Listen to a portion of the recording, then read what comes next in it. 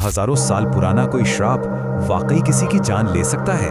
आज हम इतिहास के सबसे मशहूर और शायद सबसे डरावने रहस्यों में से एक की तह तक जाएंगे, राजा तूतनखामुन के मकबरे का श्राप।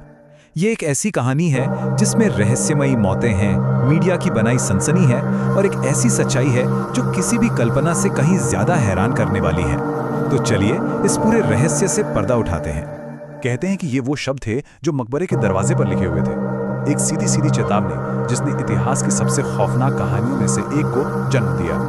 तो कहानी शुरू होती है एक मौत से, एक ऐसी मौत जिसने श्राप की अफवाहों में जैसे आग ही लगा दी और पूरी दुनिया को यह मानने पर मजबूर कर दिया कि यह सिर्फ कोई कहानी नहीं है। जरा उस रात के बारे में सोचिए।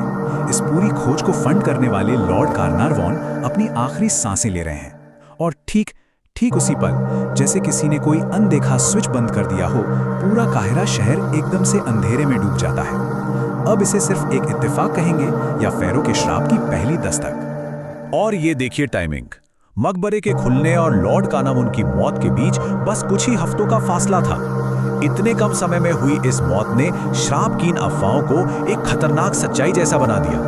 5348 ये सिर्फ कोई नंबर नहीं है, ये उन बेशकीमती खजानों की गिनती है जो 3000 सालों से उस मकबरे में दुनिया की नजरों से छिपे हुए थे।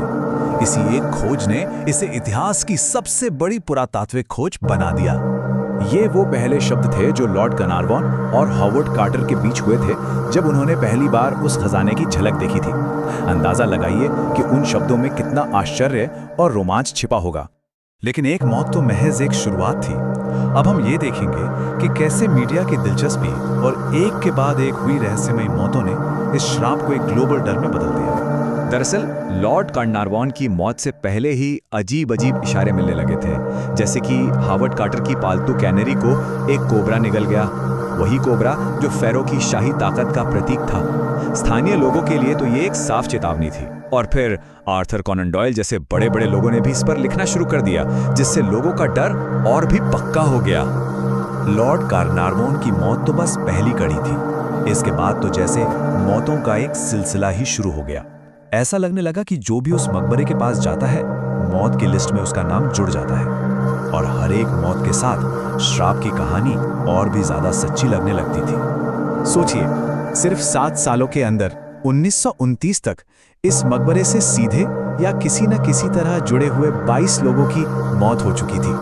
ये आंकड़ा इतना बड़ा था कि इसे नजरअंदाज करना किसी के लिए भी मुमकिन नहीं था। और फिर सामने आया वो सबूत जिसने पूरी दुनिया को हिला कर रख दिया। जब वैज्ञानिकों ने तूतनखामुन की मम्मी की जांच की तो उन्हें उसके गाल पर एक छोटा सा निशान मिला और वो निशान ठीक उसी जगह पर था जहां लॉर्ड कार्नारवॉन को उस जानलेवा कीड़े ने काटा था। अखबारों के लिए तो ये श्राप का सबसे पक्का सबूत बन गया था। पर क्या हर डरावनी कहानी के पीछे का सच भी उतना ही डरावना होता है? चलिए अब इस सनसनीखेज कहानी के पीछे के वैज्ञानिक और ऐतिहासिक फैक्ट्स को देखते हैं जो एक बिल्कुल अलग ही कहानी बताते हैं। तो सवाल यही है, क्या तूतनखामुन का श्राप सच था या ये सिर्फ अखबारों की सुर्खियों और लोगों के डर से पैदा हुई एक कहानी थी? और यहीं पर पूरी कहानी पलट जाती है। वो श्राप, वो चेतावनी जिसने पूरी दुनिया में दहशत फैला दी थी, असल में कभी थी ही नहीं। मतलब कोई शिलालेख, कोई मिट्टी की टैबलेट मिली ही नहीं थी। ये पूरी की पूरी कहानी एक पत्रकार के दिमाग की उपज थी, जिसे एक सिक्योरिटी गार्ड की मुस्कान देखकर ये आइडिया आया था। बस। तो फिर अगर श्राप नहीं था तो वो मौतें क्यों हुई? खैर, इसका एक वैज्ञानिक जवाब है। जहरीला फफूंद। हजारों सालों से बंद मकबरों में एस्परजिलस नाइजर जैसे खतरनाक मोल्ड पनप सकते हैं और जब मकबरा खोला गया तो ये न दिखने वाले स्पोर्स हवा में फैल गए और लोगों को बीमार कर दिया, जिससे उन्हें सांस की गंभीर बीमारियां हो गईं। और अब आते हैं उन आंकड़ों पर जो इस श्राप की कहानी की हवा निकाल देते हैं। 2002 में ब्रिटिश मेडिकल जर्नल की एक स्टडी में पाया गया कि मकबरे में दाखिल होने वाले लोग, यानी कि श्रापित लोग, असल में उन लोगों से थोड़ा ज्यादा जिए जो अंदर नहीं गए थे। कमाल है ना? अगर कोई श्राप था भी तो वो तो जिंदगी ले नहीं बल्कि दे रहा था। और बाकी के तथाकथित सबूतों का क्या? काहिरा में बिजली का जाना 1920 के दशक में रोज की बात थी। कार्नारवॉन के कुत्ते की मौत घंटों बाद हुई थी, उसी पल नहीं। और सबसे जरूरी बात, लॉर्ड कार्नावान की सेहत पहले से ही बहुत खराब थी। उनके कमजोर इम्यून सिस्टम के लिए एक छोटा सा इन्फेक्शन भी जानलेवा था। तो चलिए अब इस मनगढ़ंत श्राप से ध्यान हटाकर उस असली कहानी पर आते हैं जो कई ज्यादा दुखद और मार्मिक है। खुद राजा तूतनखामुन की कहानी। इस श्राप के खिलाफ सबसे बड़ा सबूत पता है कौन है? वो लोग जो सबसे पहले खतरे के घेरे में थे। लेडी एवलिन, जो मकबरे में जाने वाली पहली महिलाओं में से थी, वो 78 साल तक जिंदा रही। मम्मी का परीक्षण करने वाले डॉक्टर 87 साल के हुए। और वो शख्स जिसने ये सब शुरू किया, हॉवर्ड कार्टर, उनका क्या हुआ? हॉवर्ड कार्टर, जिसे श्राप का मेन टारगेट होना चाहिए था, वो इस खोज के 16 साल बाद तक जिंदा रहे। जब भी पत्रकार उनसे इस श्राप के बारे में पूछते तो वो बस मुस्कुराकर एक ही जवाब देते, मैं तो अभी भी जिंदा हूं। इस पूरी कहानी में अगर कोई असली त्रासदी है तो वो किसी श्राप की नहीं, बल्कि खुद तूतनखामुन के जीवन की है। वो एक बीमार लड़का था जिसने एक छोटा और काफी दर्दनाक जीवन जिया और सिर्फ 19 साल की उम्र में ही उसकी मौत हो गई। प्राचीन मिस्र में सबसे बड़ा श्राप मौत नहीं बल्कि गुमनामी को माना जाता था।